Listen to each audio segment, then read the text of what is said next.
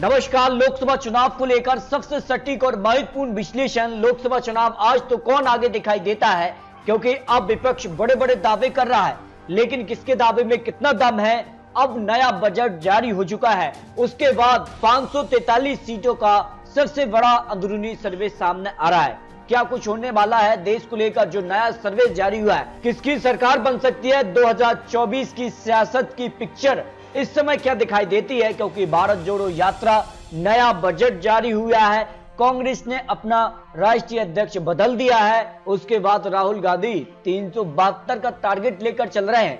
तो क्या उनको 372 का टारगेट मिलेगा या नहीं? क्या बीजेपी 2024 में हैट्रिक लगाने वाली है? इसको लेकर सटीक और महत्वपूर्ण विश्लेषण के हिसाब से क्या रणनीति 2024 की इस वक्त दिखाई दे रही है, क्योंकि 2023 के लिए जो विधानसभा चुनाव है, इन चुनावों के नतीजे काफी महत्वपूर्ण होंगे और इनको लेकर बीजेपी पूरी तैयारी में है और बीजेपी ने सभी प्रदेशों के प्रभारियों की लिस्ट भी जारी किया है। इस हिसाब से क्या कुछ आंकड़ा होगा, क्योंकि अब विपक्ष एक साथ आ रहा है और 2024 में केजरीवाल विशेष प्रधानमंत्री मोदी जी चुनाव होगा या फिर सीधे तौर पर भारत जोड़ो यात्रा का फायदा कांग्रेस को मिलेगा, क्योंकि 2024 से पहले 10 राज्यों पर विधानसभा चुनाव हैं, जिसमें जम्मू कश्मीर, राजस्थान, मध्य प्रदेश, कर्नाटक, तेलंगाना, छत्तीसगढ़, त्रिपुरा, मिजोरम और मेघालय में विधानसभा चुनाव के नतीजे 2024 की सियासी जो हलचल है वो तेज करेंगे। लेकिन भारत जोड़ो यात्रा से कांग्रेस को कितना फायदा होगा? हाँ के तौर पर जवाब देते हैं 50%, नहीं के तौर पर भी 50%, यानी भारत जोड़ो यात्रा का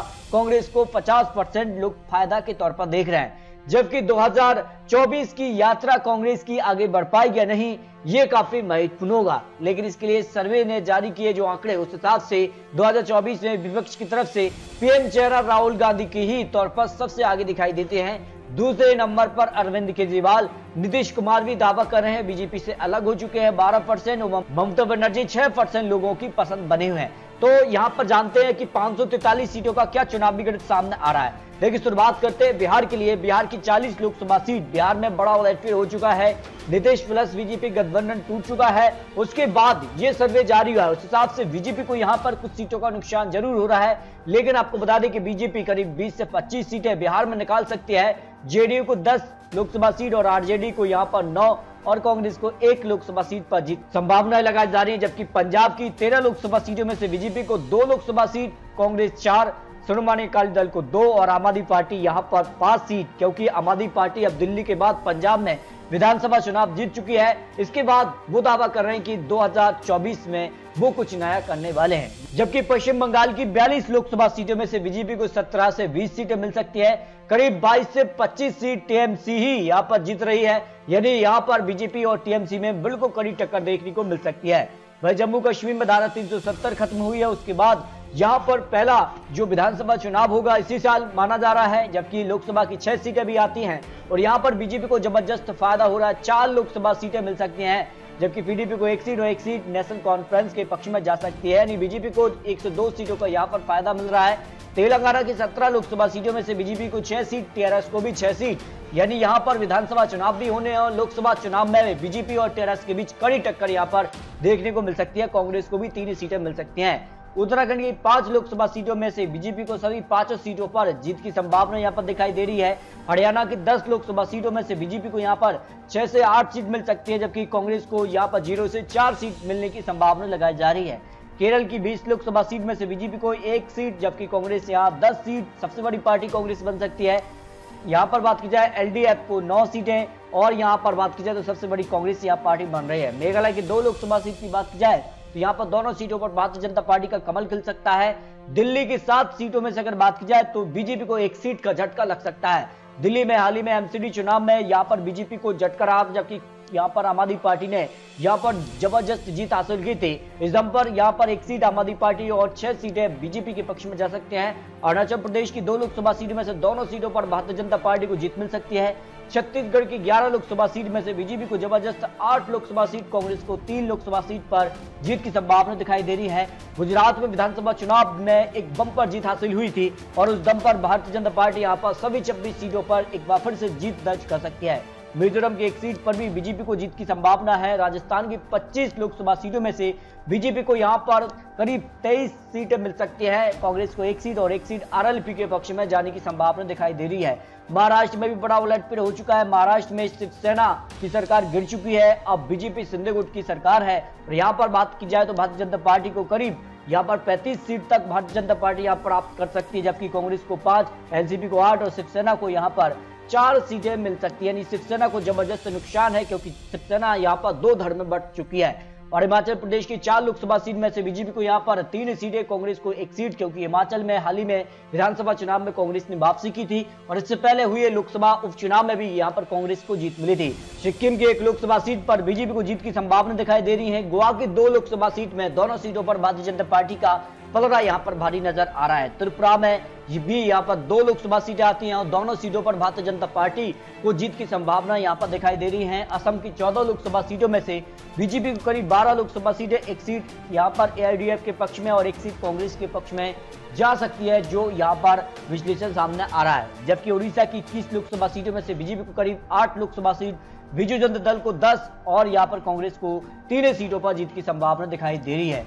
अंडमान निकोबार की 1 लोकसभा सीट पर भी बीजेपी कमल खिला सकती है। मणिपुर की 2 लोकसभा सीटों में से 1 सीट बीजेपी और 1 सीट कांग्रेस के पक्ष में जा सकती है। आंध्र प्रदेश की 25 लोकसभा सीट की बात की जाए तो यहाँ पर बीजेपी को 8 लोकसभा सीट, वाईएसआर को 10, टीडीपी को 3 और कांग्रेस को यहाँ पर 4 लोकसभा सीट पर जीत की संभावना दिखाई दे रही है। तमिलनाडु की 39 लोकसभा सीटों में से बीजेपी को 3 सीट, 15 सीट यहाँ पर डीएमके और 15 सीट ही यहाँ पर एआईडीएमके के पक्ष में जा सकती हैं।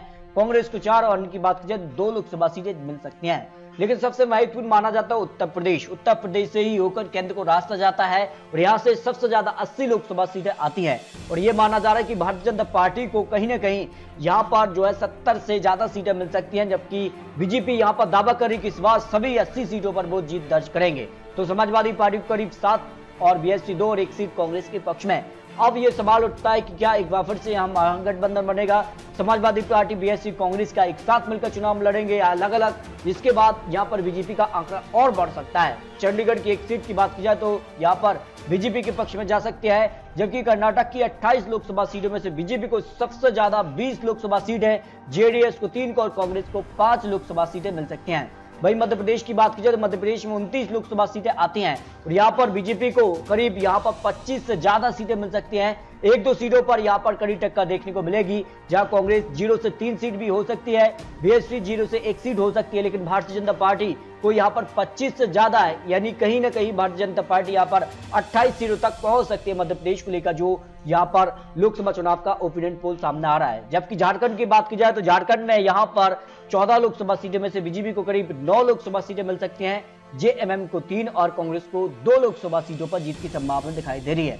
तो इस तरह से जो 543 सीटों का सबसे लेटेस्ट और सबसे ताजा सर्वे सामने आ रहा है, उस हिसाब से भारतीय जनता पार्टी एक बार फिर से कमल खिला सकती है। 2024 में हैट्रिक की तरफ बढ़ेंगे प्रधानमंत्री मोदी जी। जो अनुमान लगाया जा रहा है उस हिसाब से 292 से लेकर 300 से ज्यादा सीटें भारतीय जनता पार्टी को लोकसभा चुनाव 2024 में मिल सकती है। जबकि कांग्रेस की स्थिति में सुधार आ रहा है, लेकिन बहुमत से काफी पीछे नजर आ रही है। 118 से 138 सीटों तक यूपीए पहुंच सकता है, लेकिन अन्य 117 सीटें। लेकिन यह माना जा रहा है कि क्या अन्य से जो बड़े दल आते हैं, जिसमें आम आदमी पार्टी है, तृणमूल कांग्रेस है और यहाँ पर बीएसपी समाजवादी पार्टी, इसके अलावा आरएलडी, ये साथ मिलकर चुनाव लड़ते हैं, तब स्थिति बदल सकती है। तब भारतीय जनता पार्टी यहाँ पर 286 सीटों तक आ सकती है। यूपीए का आंकड़ा 146 हो जाता है। अन्य की बात की जाए तो अन्य 111 सीट तक आ सकता है। यानी बात की जाए तो लोकसभा चुनाव के लिए महत्वपूर्ण यह है कि विपक्ष क्या भारत जोड़ो यात्रा के जरिए एक साथ आ पाएगा, ये काफी महत्वपूर्ण हो जाता है। तो विपक्ष के लिए कहीं ना कहीं यहाँ पर जो है बड़ा सवाल है कि क्या वो एक साथ चुनाव लड़ेंगे, तो फिर यहाँ पर पीएम चेहरा कौन विपक्ष होगा, ये भी काफी महत्वपूर्ण हो जाता है। जबकि भारतीय जनता पार्टी का सीधा टारगेट 2024 है और प्रधानमंत्री मोदी जी के नेतृत्व में ही यहाँ पर बीजेपी हैट्रिक की तरफ बढ़ सकती है, जो ओपिनियन पोल यहाँ पर जो है विश्लेषण सामने आ रहा है। लेकिन आपको बता दें, चुनावी आंकड़े चुनावी अनुमान है। आने वाले वक्त में किस प्रकार की चुनावी जो है जनसभाएं होंगी, किस प्रकार के प्रचार होंगे, उसके बाद आंकड़े बदल भी सकते हैं। तो आपको क्या लगता है, क्या 2024 में प्रधानमंत्री मोदी जी हैट्रिक की तरफ बढ़ेंगे या वनवास पर गई कांग्रेस की वापसी होगी? इस पर अपनी राय कमेंट बॉक्स जरूर रख सकते हैं। मिलते हैं लेटेस्ट और महत्वपूर्ण विश्लेषण के साथ, तब तक के लिए जय हिंद, जय भारत।